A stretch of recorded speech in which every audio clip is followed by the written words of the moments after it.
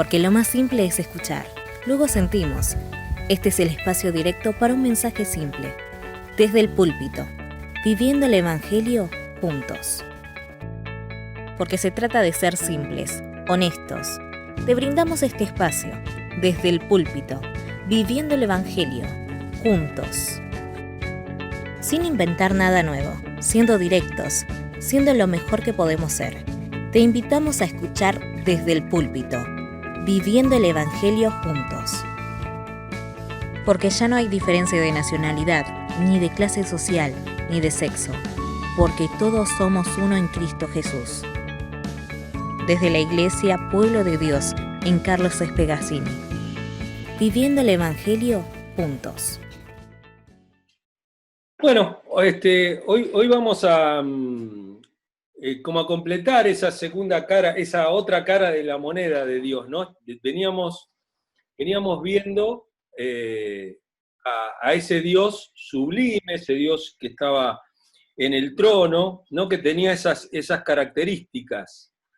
Un Dios vivo, un Dios soberano, omnipotente, un Dios resplandeciente, un Dios venerado por toda la creación, un Dios que era santo también, y un Dios glorioso.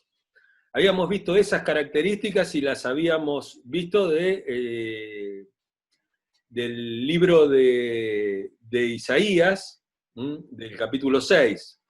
Habíamos estado mirando una vez más, dándole otra vuelta también a ese pasaje que tantas veces lo hemos escuchado, se ha predicado y uno lo tiene bastante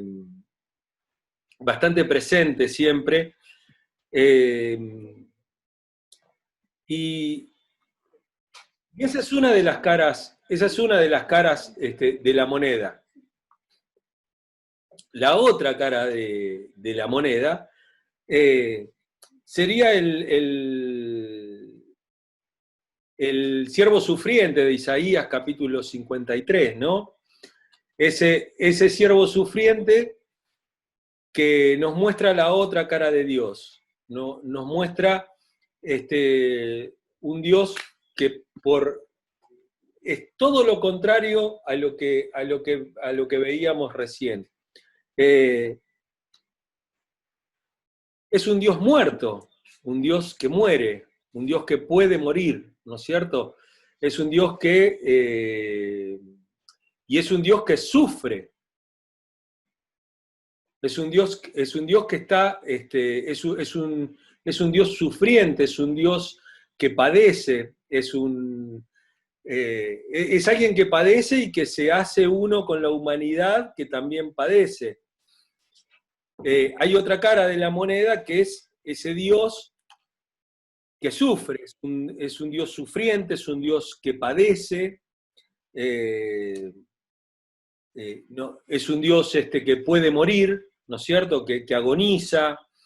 Es un Dios que, si bien es soberano en una de las caras, en la otra cara es un Dios que no tiene poder, ¿no es cierto?, que no tiene poder para tomar decisiones. Como soberano, Dios puede tomar cualquier decisión. Ahora, como ser humano, Dios se mantiene fuera del ámbito de la soberanía y Él es el que va a dejar que la criatura ponga sus manos sobre Él, que lo escupa, que lo golpee, ¿no es cierto? Ahí no hay soberanía en eso. Ahí en ese caso Él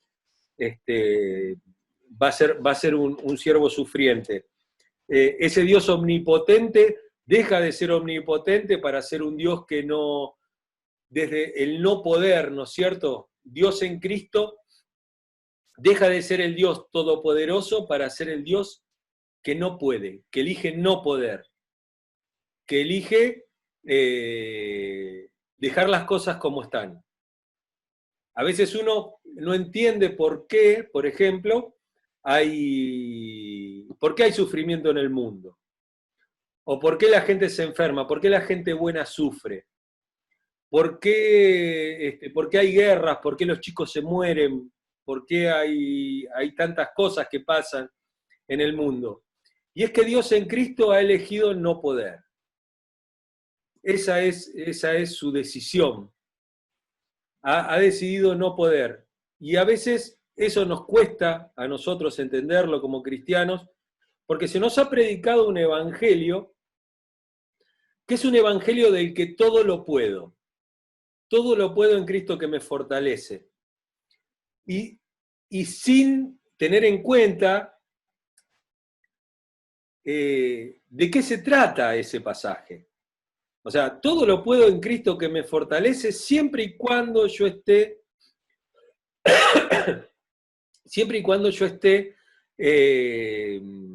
de acuerdo con la voluntad de Dios y haciéndome cargo del llamado que Dios me da.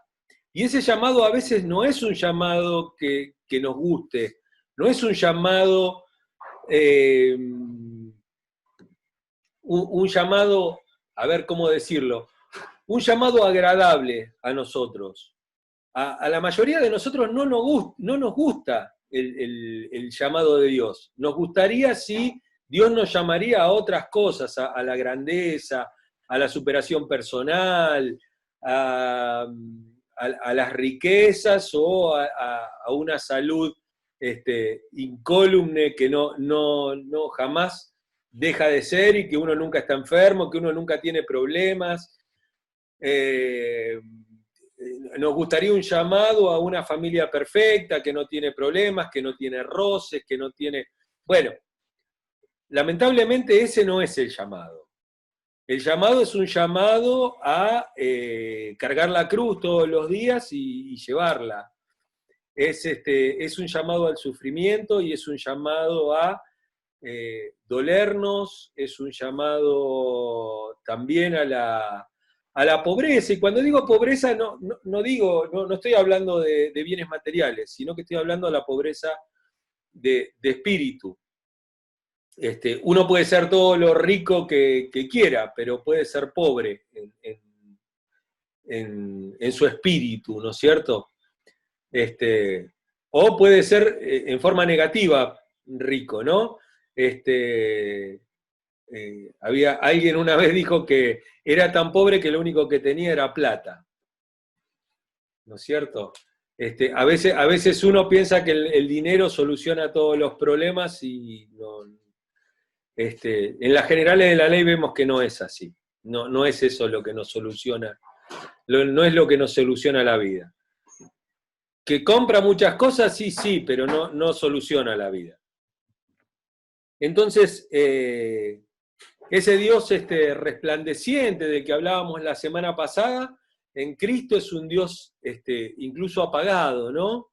Es un Dios hasta oscuro, es un Dios que agacha la cabeza, que está en el medio de la oscuridad, porque ahí en Getsemaní estaban en plena oscuridad, y es un Dios que por el contrario al otro Dios que era venerado, habíamos dicho que los querubines lo adoraban y que estaba en el templo, que era el lugar de adoración y todo, es un Dios que es dejado de lado en Cristo, es un Dios abandonado, es un Dios que sus amigos lo traicionan, sus amigos lo abandonan, lo dejan de lado, no le creen, la gente no cree en él. Y por el contrario, ese Dios que es santo, Jesucristo dice que al que no conoció pecado, por nosotros lo hizo pecado. O sea, no hay santidad en él, ¿no es cierto?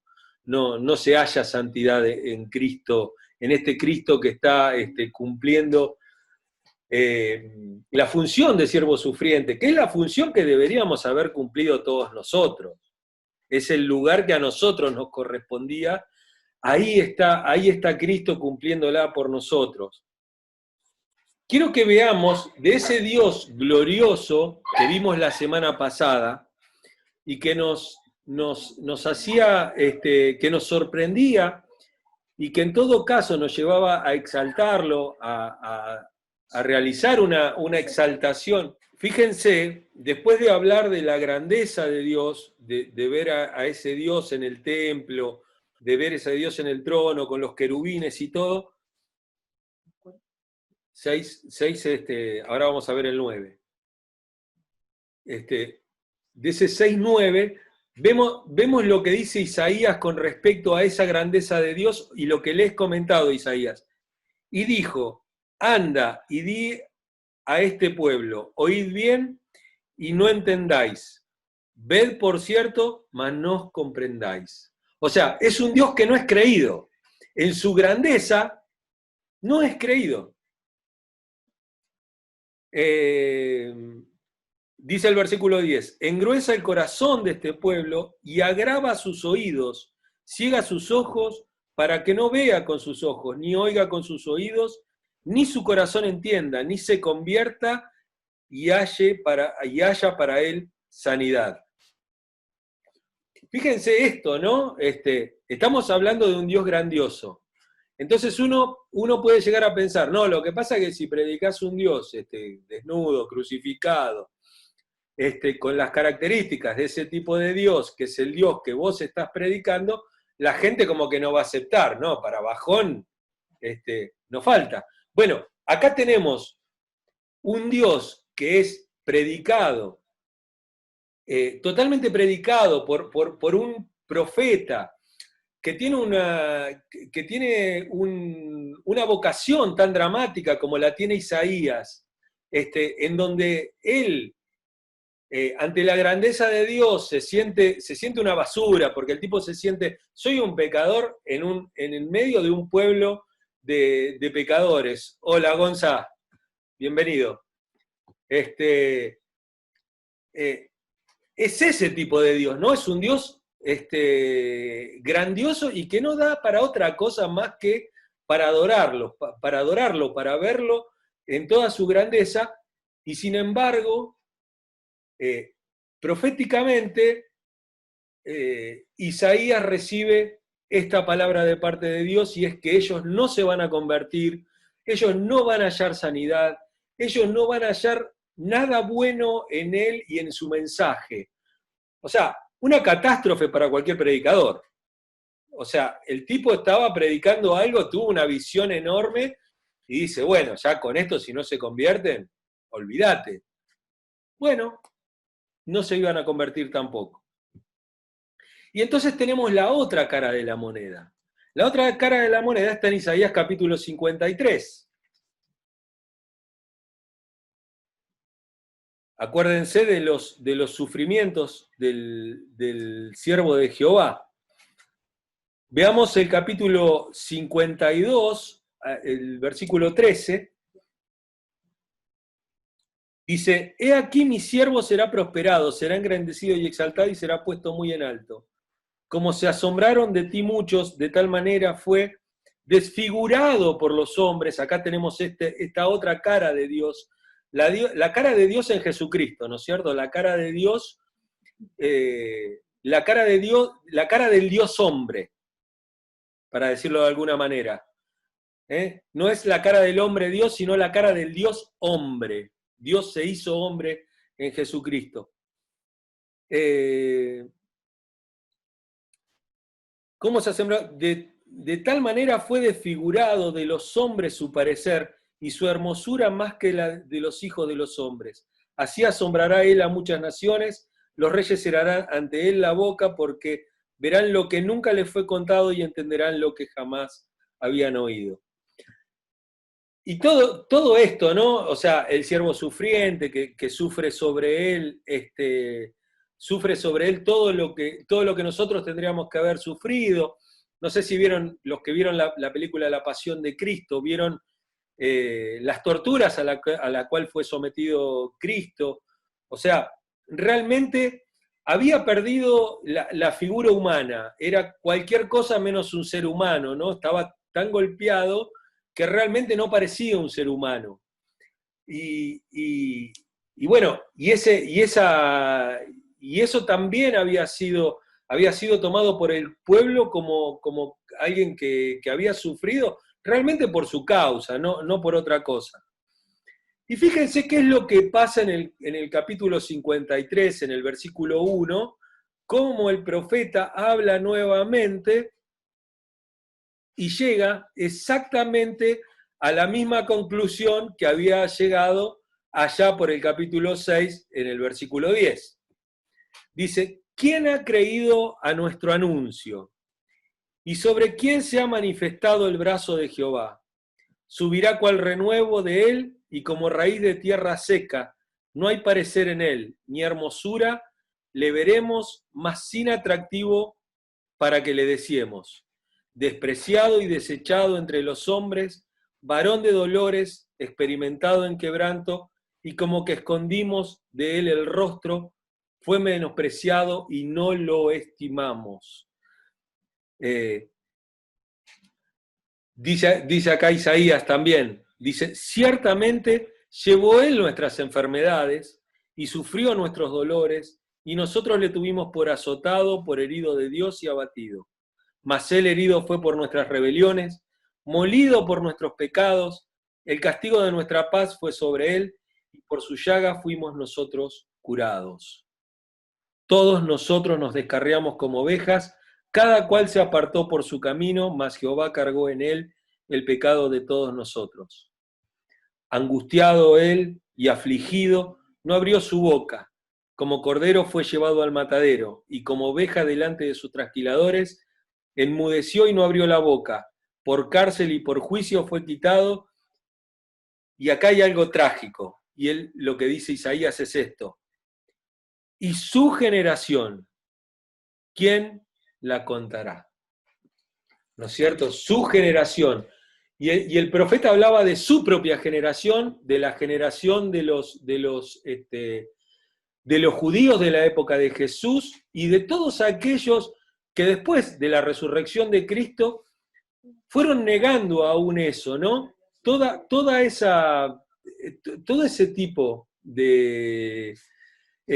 toda esa multitud de personas que fue pasando y que lo fue negando. El profeta no puede más que decir, y toda esa generación, y toda esa multitud, toda esa cantidad de gente, ¿quién la va a contar? ¿Quién la va a contar? Entonces, fíjense, estas dos características de Dios. Tenemos un Dios sublime que está gobernando, que está en un trono, que resplandece, que todas las criaturas que hay en el cielo lo adoran, y que se nos llama a adorarle, y que hay criaturas que dicen santo, santo, santo constantemente, y que su gloria es derramada delante del templo solamente con el borde de su manto, y en ese Dios nadie cree. Y por otra parte está el Dios sufriente, el Dios, el Homo patiens, o el Theopatiens, el Dios sufriente, ¿no es cierto? El Dios que padece y tampoco nadie cree en él. A lo mejor uno dice, bueno, ¿qué habrá que buscar? ¿Algún término medio? No hay término medio. Fíjense, en Isaías dice, belleza ni majestad alguna, o sea, no había nada en él, no había nada, no había resplandeciente, porque en todo caso, si uno se presenta como el emperador y todo, bueno, por lo menos hay alguno que te puede envidiar y no te va a querer o no va a querer sumarse a tu gesta. Pero en este caso no, él enmudeció, fue una persona muy humilde, una persona apocada incluso delante de ellos. Es una persona que frente a Poncio Pilato, cuando Pilato le dice, bueno, ¿y qué es la verdad? Todos decimos, él tenía la verdad delante de él. Sí, pero Jesús ni siquiera él se anima a decir, yo soy la verdad. No lo dice. Se queda callado. Cuando nosotros tantas veces pensamos que la sabemos todas, ¿no? Y siempre estamos diciendo, bueno, Dios es así, Dios actúa de esta manera, y Dios hace de esta manera, y lo que Dios quiere de vos es tal cosa, como si lo supiéramos. O sea, decimos, si nuestro maestro, que es del cual tenemos que tomar la imagen, y tenemos que... ¿Por qué somos tan sabiondos de repente, no? Como si eso fuera a convertir a alguien. Y lo que vemos acá es que ni la grandeza de Dios, ni la humillación de Dios, ninguna de las dos cosas causa conversiones, sino que lo que causa conversiones es el poder del Espíritu Santo. Es el poder de Dios actuando en nuestra vida. Es cuando nos hacemos pobres de espíritu, cuando realmente, por más que seas teólogo, que tengas 78 millones de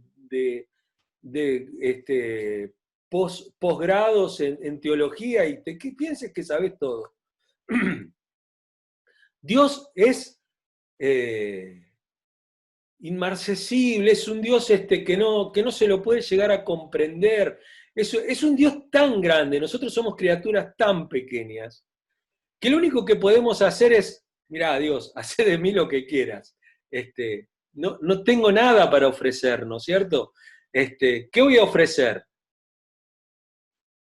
Si entendemos que ni siquiera somos dueños de nuestra vida, porque en Él estaba la vida era la luz de los hombres, si entendemos que de Dios procede la vida y que esa no nos pertenece tampoco, y si entendemos que lo que tenemos tampoco nos pertenece, que nada de lo que tengamos, a mí me puede caer medio a cuadritos David, ¿no?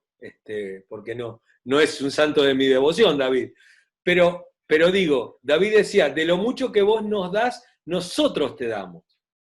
O sea, él sabía que no había nada en él, todo lo que él tenía, no había nada. O sea, ¿qué se le puede ofrecer a Dios? No se le puede ofrecer nada. Entonces vemos que el resultado, tanto del glorioso y soberano como del humilde y sufriente, el resultado es el mismo, el hombre que rechaza a Dios, ¿no es cierto? Siempre, en los dos casos hay un rechazo a Dios. Y en estos casos, en el caso de la pandemia, todos te van a venir a decir, muchos van a venir a decir, bueno, ahora ¿dónde está Dios? ¿No es cierto? Ahora ¿dónde está Dios? Ahora que no podés ir a laburar, que no tenés guita, ¿dónde está Dios? ¿Dónde está? Como si Dios nos debiera algo, ¿no? Y digo, entendamos que en Jesús Dios es un Dios que elige no poder. No quiere poder. Es un Dios que no puede. O sea, lamentablemente es ajeno a lo que nos predican constantemente. Un Dios que todo lo puede. No, bueno, es un Dios que no puede. Porque es un Dios que a veces no te sana. A veces no te da lo que querés. A veces no suple nuestras expectativas. Pero está. Está. Y eso es lo importante.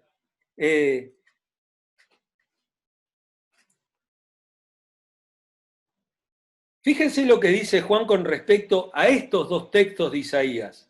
Juan capítulo 12, verso 41.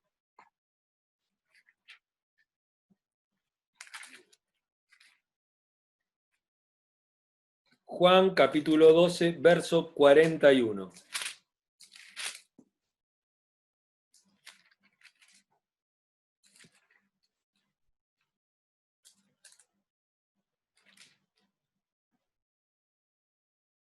Dice así, Isaías dijo esto cuando vio su gloria y habló acerca de él. Con todo eso, aún de los gobernantes, muchos creyeron en él, pero a causa de los fariseos no lo confesaban para no ser expulsados de la sinagoga, porque amaban más la gloria de los hombres que la gloria de Dios. Y ese es el problema. Ese es el problema, cuando nosotros nos importan más los estándares, la mirada del mundo más que la mirada de Dios. Ahí es cuando no entendemos realmente, bueno, ¿de qué va esto? ¿De qué va esto del cristianismo? ¿De qué me sirve a mí esto? Bueno, te sirve para acercarte a Dios y para tener una relación con Él. Y no nos sirve para agradar al resto de las personas. Jesús fue el cumplimiento de esas dos imágenes que tenemos, la de Isaías 6 y la de Isaías y la de Isaías 52 y 53. Él hoy está a la diestra del Padre, así lo vio Esteban, cuando el cielo se abrió, así lo vio Juan, el autor de Apocalipsis, así lo vio de esa manera tan gloriosa y todo. Pero tenemos que entender esto, tenemos que preguntarnos por qué fue rechazado este Cristo tan incomparable y tan grande que nosotros tenemos. Y Juan nos responde acá, la gente prefiere recibir honores de los hombres más que de parte de Dios. Como iglesia tenemos que preguntarnos eso, tenemos que preguntarnos de quién estamos queriendo recibir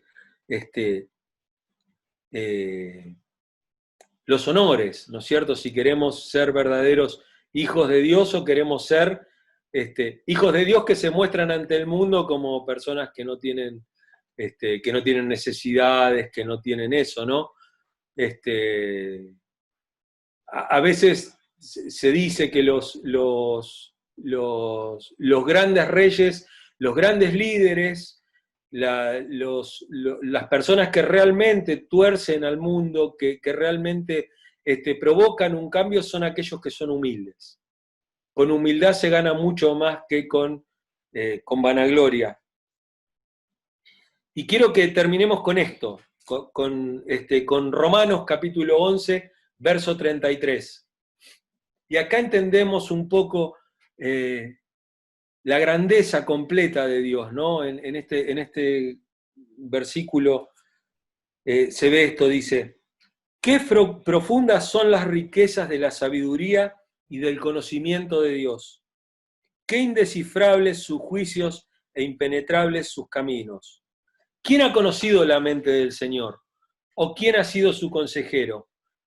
¿Quién le ha dado primero a Dios para que luego Dios le pague? Porque todas las cosas proceden de Él y existen por Él y para Él. A Él sea la gloria por siempre. Amén. Ese es nuestro Dios.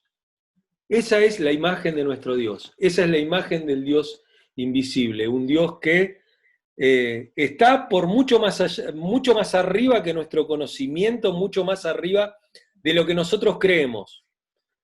Y es un Dios que está dispuesto a darnos no lo que queremos, sino lo que necesitamos. Dios nos da lo que necesitamos y no lo que queremos. Ninguno de nosotros, si nuestros hijos nos pidiera una víbora, se la daríamos. Si no, quiero meter los dedos en el enchufe, ninguno lo haría, ¿no es cierto? Somos padres bastante conscientes, algunos, digo, qué sé yo. Pero a lo mejor hay algún loco que dice, dale vos, metele que sos 380, mija, no hay problema. Metele ahí en el agujero del... Metele que son pasteles. Pero Dios no se comporta de esa manera, sino Dios nos da lo que necesitamos, y está en nosotros lograr entender a ese Dios y de lograr rendirnos delante de ese Dios y de aceptar la buena dádiva, porque toda buena dádiva procede de, y todo don perfecto, me agrega acá Oscar, procede del Padre de las Luces, ¿verdad? Bueno, amados, ¿oramos? Padre bueno, Dios poderoso, gracias, Señor, por ser como sos, Señor. Gracias por ser todo lo que sos. Gracias por tu grandeza, Señor, y gracias porque te humillaste, gracias porque ocupaste nuestro lugar en esos sufrimientos de cruz, Señor, en esos sufrimientos de tortura. Gracias, Señor, por llevar en tu cuerpo toda la culpa, Señor, todo el castigo que nosotros hubiéramos merecido, y gracias por tomarnos por santos, por dignos, Señor, de poder ser llamados hijos tuyos, Señor. Que podamos comprender estas cosas, Señor, y que podamos predicar un evangelio completo, un evangelio integral, Señor, que cambie las vidas y que cambie los corazones, las mentes y la forma de actuar, Señor. Que podamos entender todas estas cosas y que podamos actuar en consecuencia. Te pido, Padre, que estés obrando con poder en nuestra vida, y te pido, Señor, que nos sigas guardando en este momento de enfermedad. Señor, te pido que guardes a todos los que están trabajando, Señor, en la salud, que están trabajando en la seguridad, que están dando de comer, que están trabajando en la parte social. Señor, te pedimos que los guardes a todos, Señor, y te pedimos, Padre, que en este momento de tanta incertidumbre, tu palabra, Señor, corra y que pueda llevar un poco de esperanza, Señor, y un poco de paz a esta nación, Señor, que tanto te necesita. Gracias, Señor, te damos por la vida de cada uno, y te pedimos que nos guardes, Señor, que nos sigas guardando. En el nombre de Jesús te lo pido. Amén y amén. Porque ya no hay diferencia de nacionalidad, ni de clase social, ni de sexo, porque todos somos uno en Cristo Jesús.